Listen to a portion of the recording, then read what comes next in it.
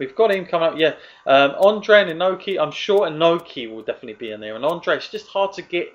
The thing is, with anybody of these guys, it's hard to get the footage. I think we'll go network if we have to sometimes to see some of this. But I will say that some more of the talents that we're going to be covering the famous match of Jerry Lawler when he went up against Terry Funk in the first ever empty arena match, and also Jerry Lawler again. Up against completely lost. I thought you were going to say Andy Kaufman. That's exactly what I was thinking of, Andy Kaufman. Yes, that we're going to cover that as well, amongst other things. So yes, do stick around. I'm pleased that you guys are enjoying that, and yeah, there'll be some more of them coming out very shortly. Matt, let's go back to Survivor Series, shall we? Just before we hit the main event. Obviously, The Undertaker is back. This is the 30th anniversary of Survivor Series, and coming off the back of Magnificent 7, Matt, I think we realised how important Undertaker is. Is there a likelihood here, Matt, that we're going to see The Undertaker at some point at Survivor Series, do you think? Oh, it's not really been written into the story well that does happen. Yeah. But it is the timing, I guess. The timing is right, and he's come back at the right time, so there's a distinct possibility, unless they were just setting up for a storyline that we hope might happen at Royal Rumble. My gut feeling would be no, even though I want it to happen. Yeah, no. I think I'm kind of swaying with you that way. To be fair, out of everything, because I don't know. I mean, if they have him, I'm not exactly going to be too disappointed. Let's put it that way. Of course, I want to see the Undertaker, but I hope if he is there, it's kind of like a big announcement, like he might announce that he challenges somebody, and do it that way. I guess that would be something good. But yeah, we'll wait and see. Okay, we've got some more questions coming in as we go along. It's unbelievable. We'll try and take some more questions if we can, but we're obviously going to get now to the Goldberg Brock Lesnar bout, Matt, this has been the focus. This has been the box office draw. This has been what Brock's been doing all year long. I mean, he's literally had. I'm trying to think back to his matches. He was involved in the Rumble this year. He had the match, the sour match with Dean Ambrose. Wasn't exactly marvelous, was it? If you count Mark Hunt at UFC 200, then Randy Orton. He's been having the box office matches other than WrestleMania when it really needed to count, didn't it? Really. But bar that, this is his job. Now, I'm going to say, Matt, that I'll start this off. That the feud, looking at the whole thing, the only thing I have not enjoyed, quite frankly, is the part when Brock was sent out to try and get heat in his own bloody town. That is the one thing I saw no sense whatsoever, and I don't know why WWE is so hard up about needing to get a reaction, because quite frankly, I don't know if it's just me, but I think Goldberg's got a bit of steam here going into this, and I'm surprised. It surprised me because where they've got it to on Raw, I thought it was a very good go home moment for that match, and I don't think you could have asked for too much more. I don't know what more they could have done to get that over the line, but it's certainly it's outdone what I thought it was going to do. I thought it was going to be pretty stale between these two guys, but Goldberg seems like he's almost, I'm perceiving Goldberg as this sort of guy who's he's part of the old guard, and he's back for one last go, and he seems to have a lot of the fans with him currently. Now, we are going to be in Canada, Matt. This is where it gets difficult, because Brock Lesnar, of course, lives in Canada now. He's got his own compound, hidden at goodness knows where. He represented Canada in UFC. Is that going to play a part into this, Matt? And because fan reaction has been such a huge key issue in this feud, it seems, for WWE. Is it? And of course, coming off their last match, Matt, which we know got such a terrible negative response.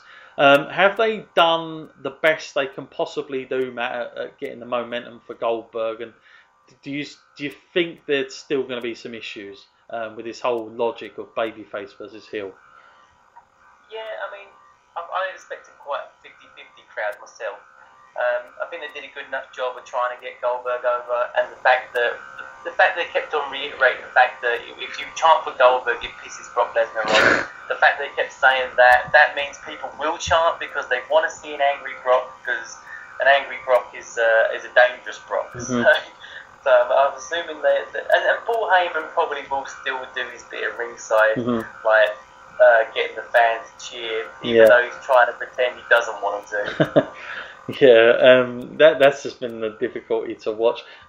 Now, a lot of people have been slightly worried about this match, Matt, because we had a little bit of we had a couple of spots where he tried to lift, he slipped, didn't he, against Rusev, which is no big deal really, but then we hear a lot of problems about some injuries coming off of what happened on last Monday night, where he apparently done his shoulder in a bit, just doing those moving them guards. I mean, alarm bells might be ringing here a little bit, Matt, because Brock Lesnar is a completely different animal to that, isn't it? I mean, do you think physically he's going to be ready for this? Because surely there's despite how good he looks and everything else, and he looks incredible, by the way, for a guy of his age, and he's in great shape. I mean, people saying he's not as big as he was. Like, come on, the guy is, he's like middle aged, for God's sake. Like, he still looks pretty damn decent to me, quite frankly. Like, he looks in good shape. He's not exactly like you're looking like he's an old guy, is it?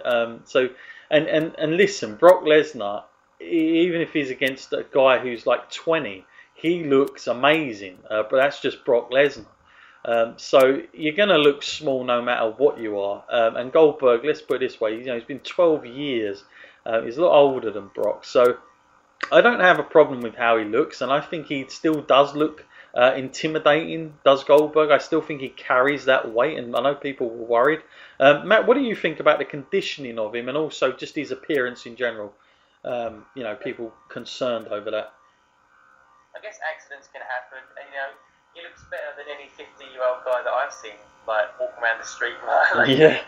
So, I wouldn't be too concerned about his conditioning. I mean, if you compared him to The Undertaker, similar sort of age range, really, there's not too much difference in their physiques, really. Mm-hmm. Some people might say Goldberg has a more muscular physique. Mm-hmm.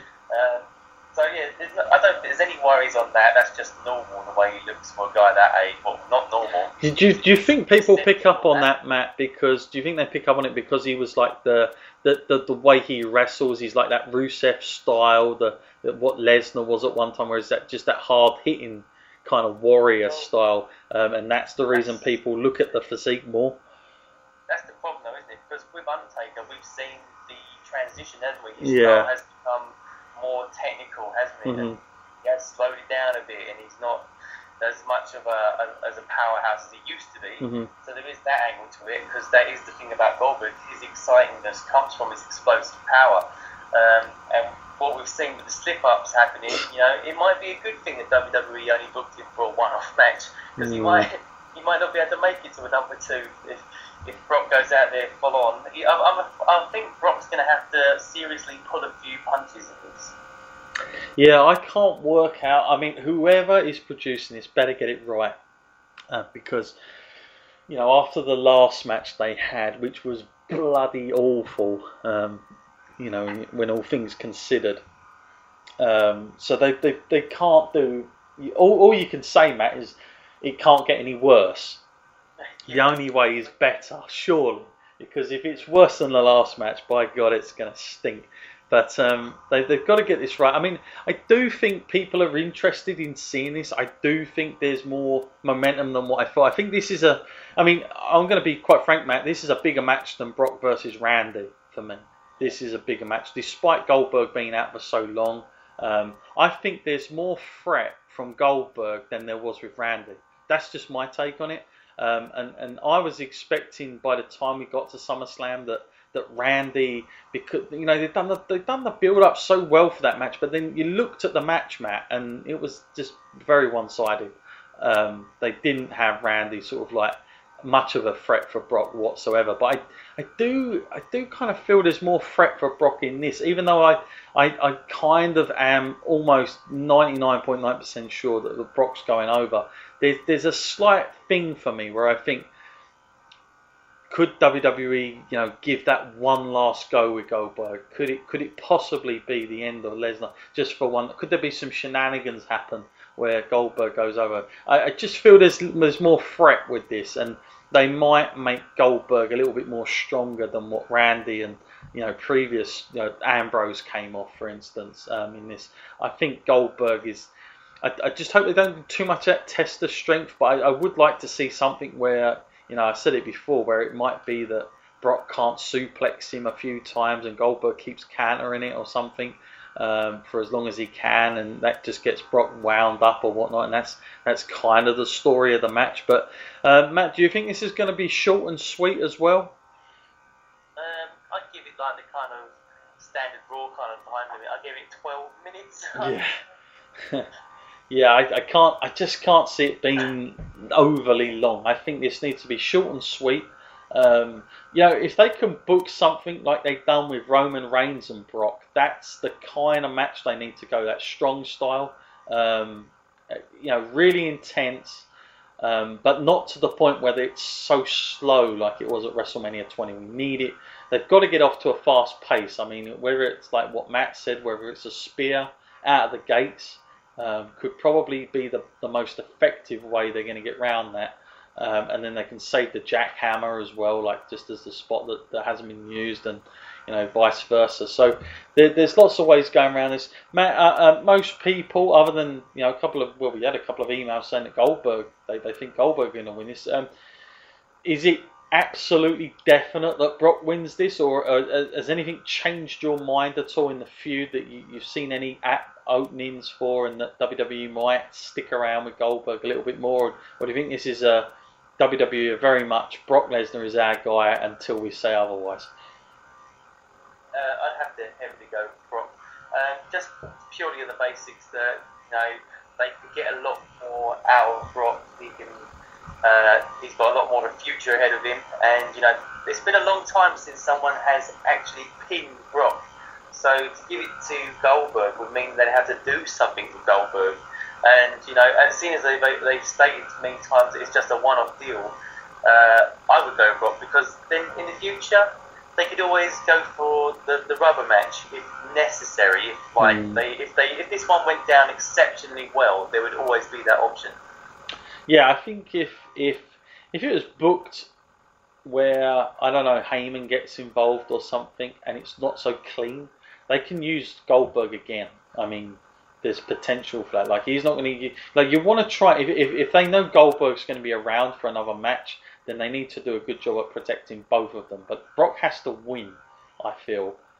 He can't be pinned. So there might have to be some sort of cheating from Heyman, or something happens where it's just unlucky on Goldberg, and then Goldberg isn't too damaged for setting him up for just one last match, because I don't see he's got that much more in him. But it's just weird, Matt, because he keeps talking about he wants that match for his kid and everything else. And you're thinking, well, does his kid want to see him lose? I don't know. Surely, it would be nice if he was to go. Maybe he would be the one I would say has to take on somebody a bit younger. On that roster would do them a lot of good as well. So I do see Goldberg, if this works, if he does well in this match, I do see him having another match, and then maybe it's just Hall of Fame or something like that next year. But I do see something for him further along. I don't think it'll just be this one match. I've got a feeling, but I don't think it'll be the rubber match. I really think they'll leave that alone after this, because I don't know how much you can get out of this. This is not. I can't imagine I'm going to finish this match, Matt, and go, I want to see that one more time. Just one more time. Nonetheless at WrestleMania. So, I can only see Brock winning this. I just hope the match, Matt, is just produced well. I think that's what we're all hoping for. We're all kind of remembering what happened last time. Is there anything that stands out, quite frankly, Matt, that would be a no-go in this one that you definitely wouldn't want to see?